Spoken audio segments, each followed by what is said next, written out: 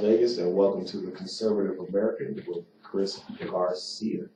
Once again, if you'd like to call in today and join the radio show, 702-983-0711. And I am here Monday through Friday from 1 to 1:30. We have a wonderful show with us today. Is my friend Chris, and he wants to once again tell his story about how the county came onto his property and took some of his classic, beautiful automobiles. And we have a wonderful show, and he's going to explain to the American people out there and the people of Las Vegas exactly what happened to him. And with that, Chris, I'd like you to dive right in and tell the people what happened to your personal property and your home. Well, thank you so much, Chris, and all the listeners and viewers out there. I really appreciate this opportunity to share this horrific, shocking to the public sense of law and justice atrocity that was perpetrated on me, a senior ADA male, American man. I'm an American state national, not a U.S. citizen. When I was retaliated against, discriminated against, and selectively targeted explicitly to be victimized by having my private property stolen without my consent from my private driveway, not parked on the street, not a commercial vehicle. A commercial vehicle has a specific meaning in law. That means it's used to haul freight or passengers for hire. So, on the 10th of November at about 7:55 in the morning, I was having my breakfast cookies, and I heard the sound of diesel trucks out front of my home, and I thought it was the garbage trucks because it sounded just like them. So I rushed out to see, to get the garbage cans out because they were full and flowing over with clippings from the trees and trash and stuff from 3 or 4 missed pickups. They changed their schedule. So it was important to get them out there so they'd be empty. Yes. Well, whenever I heard the diesel trucks, I immediately set my stuff behind, rushed to the front door, and as I cracked the front door, I was absolutely shocked and stunned and terrorized that somebody was stealing my light blue, Robin's Egg blue, 1957 Dodge D500. I'm showing the picture on the wall. I was seeing it dragged down the driveway, and I ran back to my bedroom to get my private home defense tool, figuring that car thieves, grand theft auto of expensive collector cars, would likely be armed and probably try to get away and do whatever it took in order to do so if I was to go out unprepared. Yes.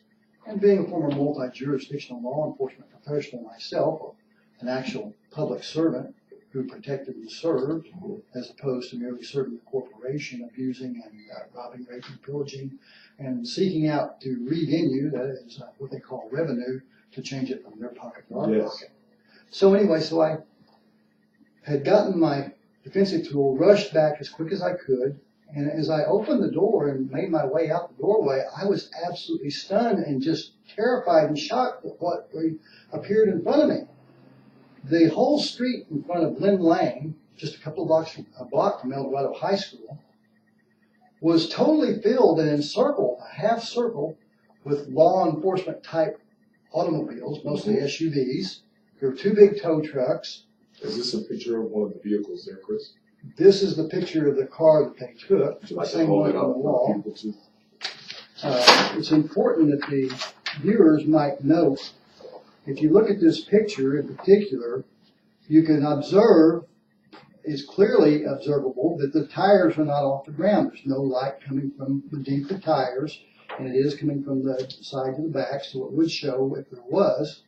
And the 2 jacks that I have placed dramatically, specifically underneath the cross member, which is what holds the motor up, a heavy 325 cubic inch hemispherical Mopar performance motor, actual hemispherical pistons and domes into the cylinder heads, which is what gives the incredible horsepower they had back in the day.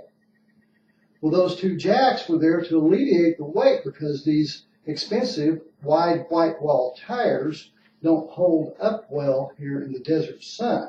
As most of us observe, that desert sun is a powerful force, and it will break down those white wall tires and cause them to go flat, and you got to buy more. And I was politically assassinated from the IBW Local 357 back around 2009 or 10. I don't remember the exact date right now.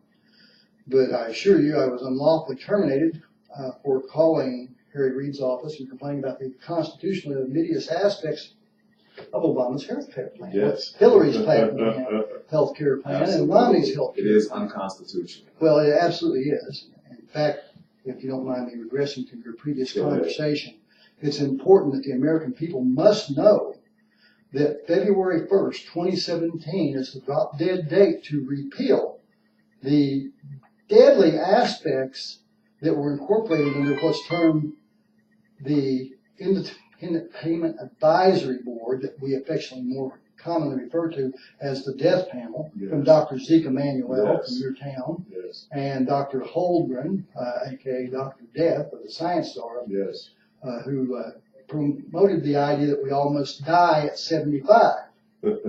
Well, that's a little diabolical, and that goes back to Kevorkian and other so-called eugenicists, which is a nice word for mass murder. Mass murder, absolutely, Chris. Well, so I don't need to regress from my story because we want to stay on point, but I thought it was important that people know it has to be repealed by a supermajority of 2/3 in the House and the Senate in order to strike that one back. And it's really critical, that February 1st, 2017 date. Yes. All right, so as I egress my home with my private home defense implement down to my side, which I never pointed, raised, brandished, or anything threatening to anybody other than merely having it at the ready should I have to defend myself. I made my way out through my locked gate across the driveway. Now this is only about 15 to 20 feet, so 3 or 4 steps I was there. It was merely seconds. And things were happening very fast when I observed that there were 5 Metro public policy enforcement agents, private, foreign, corporate mercenaries across the street. There were 3 to the left of me and 3 to the right of me in the neighboring yards, and they were all yelling for me to put my gun down, they claimed. Well, understand, I am 65 years old, and never in my life I ever committed anything more than a mere traffic offense. I've never had serious allegations alleged against me that were anything of any substance. And so for me, who's been a law enforcement professional and trained in several different police law enforcement academies around the nation, United States Army 546 Military Police Fort Sill, Oklahoma, the Lawton, Oklahoma PD, the Nevada State Gaming Control Board Enforcement Division, and the Las Vegas Metropolitan Police Department.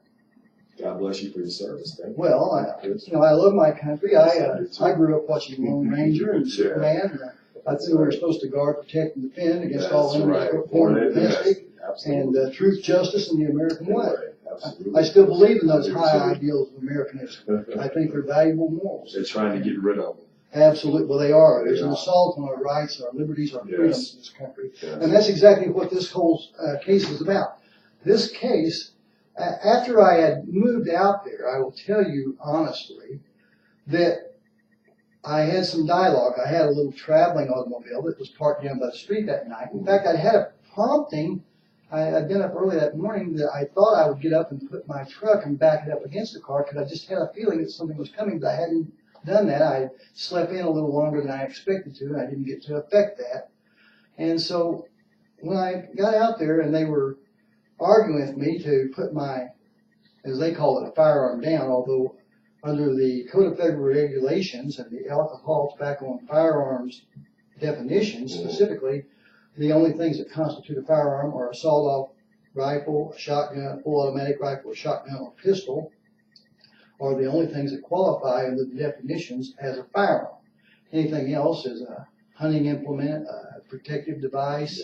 You know, although we can use a hammer for a weapon if we have an aggressive nature to ourselves and want to do somebody bodily harm. A pencil, in fact, some suggest if pistols smell words, then it could be a weapon. It's the pencil's fault, right? So we blame the device, not the person who's wielding it, and what their intents are. Intent in Metro's definition is manifested by the circumstances connected to the nature of the offense and the sound mind, or lack thereof, of the person accused. That is pretty much the textbook definition of the Las Vegas Metropolitan Police teach and drill into their officers in their training academies. I've been there, done that, got the T-shirt, and graduated post-training academy for police officer standardized testing that they require you to go through to be licensed to carry and to be a law enforcement professional in the state of Nevada. That was way back. The ones following Ralph Lamb, I should be able to tell you his name. I can't remember right now. That had to be a harrowing experience. I cannot imagine waking up and having all these people on my property and then having all these law enforcement agents around my property. That had to be, wow. It was shockingly stunning. To walk out there and find your house surrounded as if Osama bin Laden or Tim Osman himself is living at your house, and I'm him. Right. I have discovered subsequent to this that somebody has put in abjectly false information, a term they call gaslighting, where they create the false illusion. It comes from an old movie back in the 40s and 50s. Where a guy was trying to make his wife look insane. Yes. So this is what they do. They do this with Chris Dorner. They do this with other lovers of America that they deem to be patriots or paid to riot, as the case may be.